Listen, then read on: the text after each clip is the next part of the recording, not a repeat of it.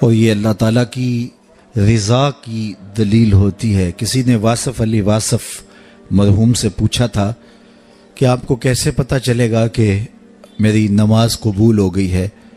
تو کہا ایک نماز کے بعد جب دوسری عطا ہو جائے تو سمجھ لو پہلی قبول کر لی گئی ہے۔ تو یہ سعادت مند لوگ ہیں جو 5 گانہ نماز شعار زندگی رکھتے ہیں اور ان کی نماز قضا نہیں ہونے پاتی۔ خوش نصیب لوگوں کا یہ مقسوم ہے، اور بد نصیب لوگوں کو یہ سزا کے طور پہ اللہ کے حضور حاضر ہونے سے محروم کر دیا جاتا ہے، اور وہ سمجھتے ہیں ہم نہیں پڑھتے۔ میں کہتا ہوں تم کون ہو نہ پڑھنے والے؟ وہ تمہیں اپنے در پہ بلاتا ہی نہیں، توفیق ہی نہیں نصیب ہوتی۔ وہ پرانے زمانے میں جب بڑی گہما گہمی ہوا کرتی تھی لاہور ریلوے اسٹیشن پر، تو لوگ جب آیا کرتے تھے تو کلی بھر کے ان کا سامان تھام لیتے اور جہاں ان کو جانا ہوتا وہاں پہنچا دیتے۔ تو ایک صاحب اترے تو ایک بوڑھے کلی نے سامان پکڑ لیا، تو جب اسٹیشن سے باہر آئے تو سامنے نوری مسجد پڑتی ہے، تو اس کے قریب پہنچ کر اس نے کہا کہ میکلوڈ روڈ پہ جانا تھا، تو کہا میری نماز اثر ابھی رہتی ہے تو تم سامان کے پاس رکو میں نماز پڑھ لوں۔ تو بابا جی اندر چلے گئے، نماز تعدیل ارکان کے ساتھ ادا کی۔ اب یہ بابو بہت پریشان تھا کہ کافی وقت لگ رہا ہے اور میں نے اپنے ہوٹل میں پہنچنا ہے، تو وہ بار بار اندر جھانکتا ہے تو بابا جی ابھی رکوع میں ہیں، بابا جی ابھی قیام میں ہیں، کبھی سجدے میں ہیں۔ خیر اس نے وقت گزارا، خیر بابا جی نے سلام پھیرا۔ ان کی عادت تھی کہ اس کے بعد تسبیحات فاطمہ بھی پڑھا کرتے تھے، تو وہ پڑھنے لگ گئے۔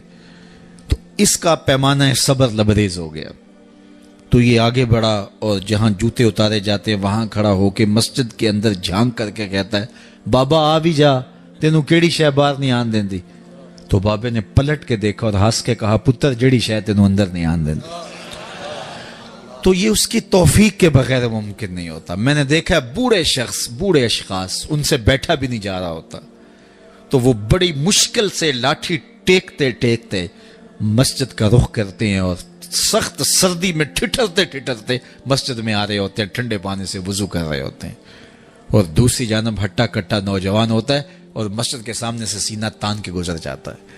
اندر سے اللہ کی پکار کی آواز آ رہی ہوتی ہے، اس کے نمائندے کی پکار کی آواز آ رہی ہوتی ہے۔ تو یہ توفیق ہوتی ہے، اللہ سے توفیق مانگو، وہ کبھی سجدے سے محروم نہ کرے، وہ اپنے حضور جھکنے سے محروم نہ کرے۔ قیامت کے دن اللہ تعالیٰ لوگوں کو کہے گا کہ میرے حضور سجدہ ریز ہو جاؤ۔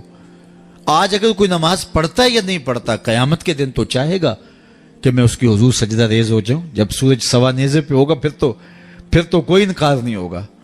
بے نمازی سجدہ کرنا چاہیں گے بھی کمر اکڑ جائے گی، نہیں کر پائیں گے۔